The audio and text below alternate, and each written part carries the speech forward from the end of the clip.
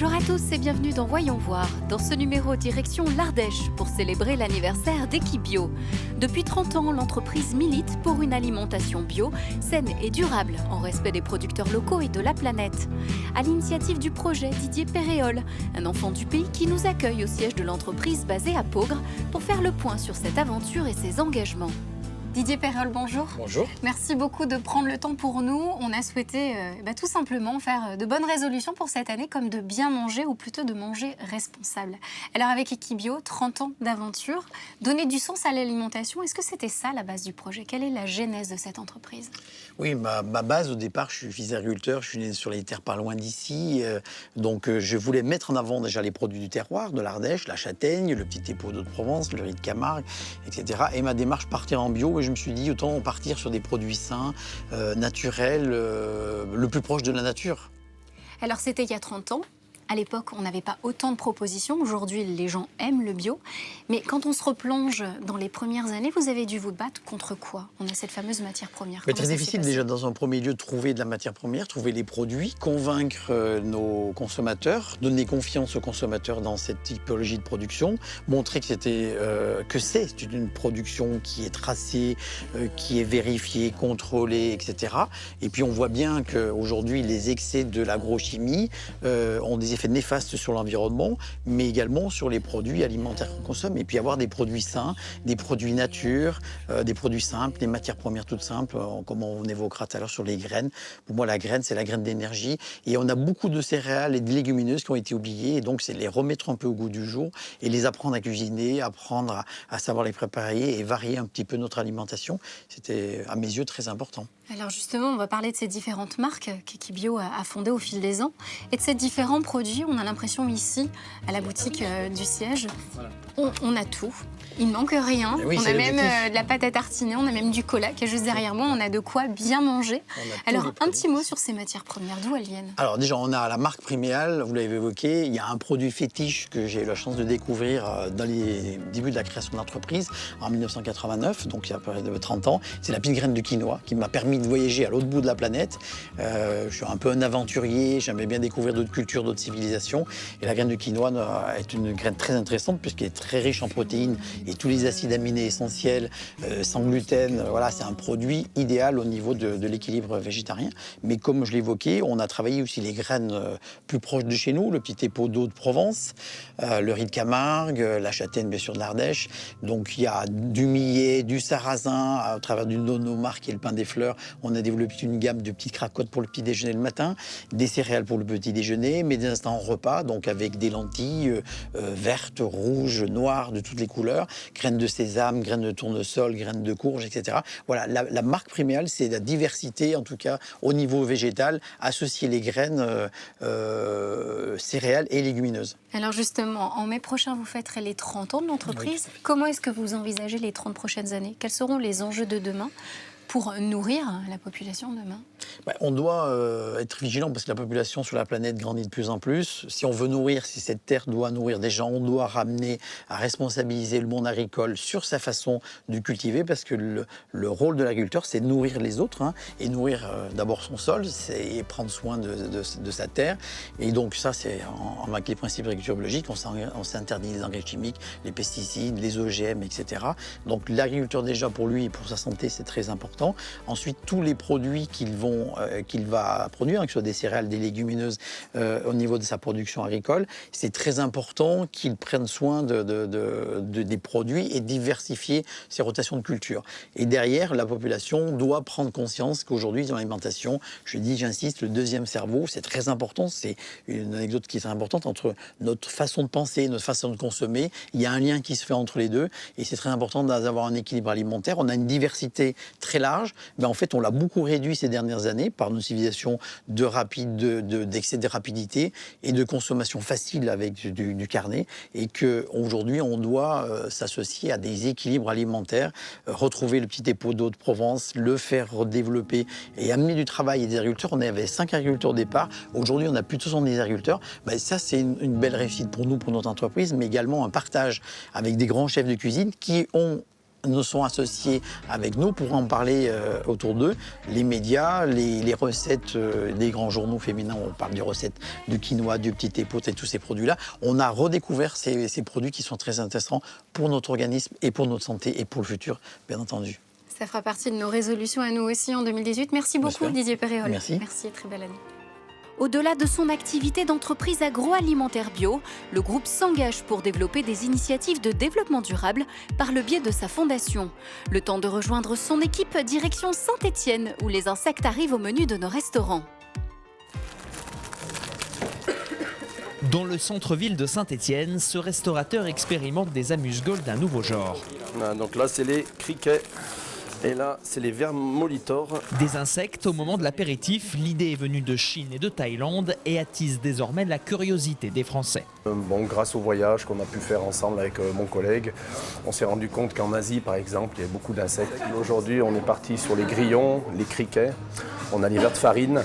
Les vers de farine, il y a deux sortes. Il y en a qui sont un peu plus petits que d'autres, les vers molitors et les vers buffalo. Donc, ils sont aromatisés au paprika, au spéculoos, caramel beurre salé. Il y a une quinzaine de recettes différentes aujourd'hui, ça ressemble aux chips. L'insecte seul n'a aucun goût en lui-même, il faut l'assaisonner avec des épices. Très peu gras, il a jusqu'à 50% de protéines, c'est plus que le poulet ou le bœuf. Des tapas d'un nouveau genre qui amusent les clients. Allez, mange une s'il te plaît. Je peux pas manger. Ça a le goût de paprika. Au début, on rechigne à goûter, ensuite on se resserre après quelques encouragements et une photo souvenir. One for the team, one for the team, one for the team. Oh, hey!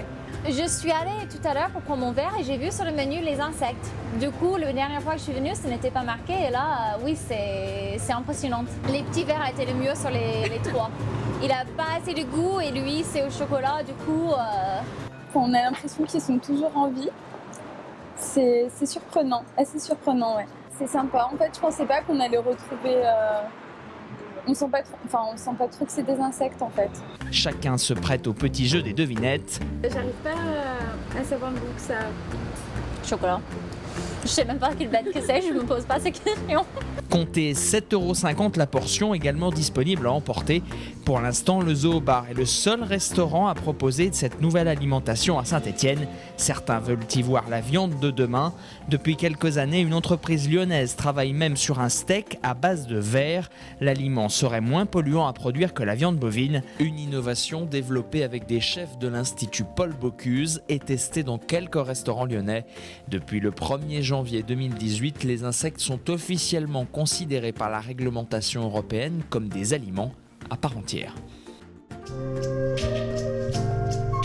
Nous sommes de retour à Peaugres, au programme La découverte des engagements d'Equibio. Au-delà de son activité d'entreprise agroalimentaire, le groupe s'engage pour développer des initiatives de développement durable par le biais de sa fondation qui va fêter ses 10 ans. Retour sur cet engagement avec le directeur général du groupe, Thierry Chiesa. Thierry Chiesa, bonjour. Bonjour. Merci beaucoup de prendre le temps pour nous. On va faire un point sur la fondation. Oui. Et oui, l'entreprise fête ses 30 ans, mais la fondation, elle, fête ses 10 ans. Alors, Exactement. quand est-ce que vous avez fait sortir ce projet de terre pour donner encore plus d'ampleur à vos actions sur le territoire ? Eh bien, écoutez, justement, il y a 10 ans, en 2008, on a décidé de lancer une fondation.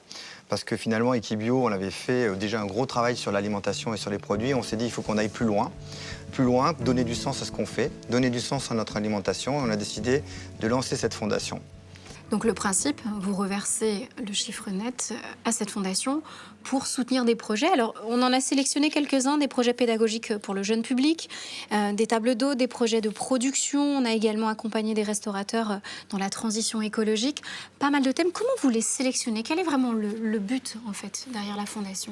Derrière la fondation, tout d'abord, pour les sélectionner, on fait appel au projet, c'est-à-dire on a un comité dans lequel je suis administrateur, et on travaille sur les projets, on essaie de voir le sens du projet, puis on essaie aussi de travailler sur des projets en local, pour amener cette dimension pédagogique à niveau de la région. Alors derrière la fondation, il y a plusieurs choses. La première chose, c'est sensibiliser le plus grand public finalement à l'alimentation, à la biodiversité, à la relation producteur-agriculteur, pour essayer de comprendre aussi pourquoi on doit faire attention à son alimentation et à ce qu'on mange. Donc c'est Equibio qui se prend un peu le relais, le messager au niveau du consommateur. Vous trouvez que c'est le rôle des entreprises de faire ça? Est-ce qu'ils devraient un petit peu plus vous copier, les autres? Écoutez, je ne sais pas si ils ont envie de nous copier, mais en tout cas, nous, on essaye d'être pionniers. On a été pionniers sur l'alimentation végétale il y a 30 ans avec aussi la découverte du quinoa. Aujourd'hui, on continue à être pionniers en apportant du sens à notre travail, du sens pour les collaborateurs, du sens à ce qu'on fait. Comme je vous l'avez dit, c'est aujourd'hui 3% du résultat de l'entreprise qui est dédié à notre fondation. C'est plus de 100 projets soutenus, c'est 900 000 euros d'apport à des associations, fort souvent locales. Et c'est cette raison qui nous pousse aujourd'hui à aller plus loin avec la Fondation. Et bien entendu, plus l'entreprise sera pérenne, plus on pourra apporter finalement une dotation importante aux associations de la région et des associations nationales. Alors un appel aux téléspectateurs qui nous regardent. La Fondation, on peut y participer ou pas? De quelle façon? Est-ce qu'on peut Oui, vous aider? pouvez y participer et on insiste pour que vous soyez présents, soit à travers notre site internet, en appelant au projet, en faisant des propositions de projet. Donc on peut avoir un coup de pouce Equibio? On peut avoir un coup de pouce d'Equibio, on est ouvert, que ce soit à l'intérieur de l'entreprise pour les collaborateurs, que ce soit à l'extérieur, on peut accompagner tout projet. C'est des petits pas chaque jour qui sont importants. C'est cette envie de faire des petits pas qui font à un moment donné changer le monde. Donc tous les petits projets, quels qu'ils soient, sont écoutés et étudiés.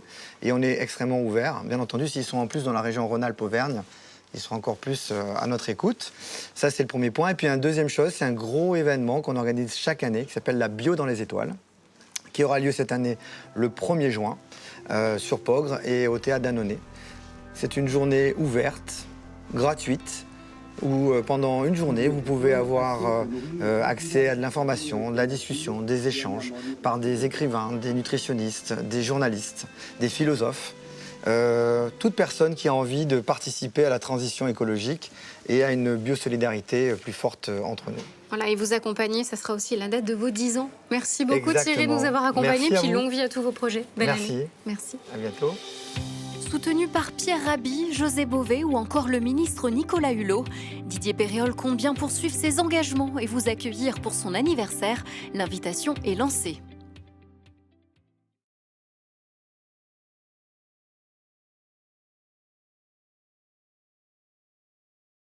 Thank you.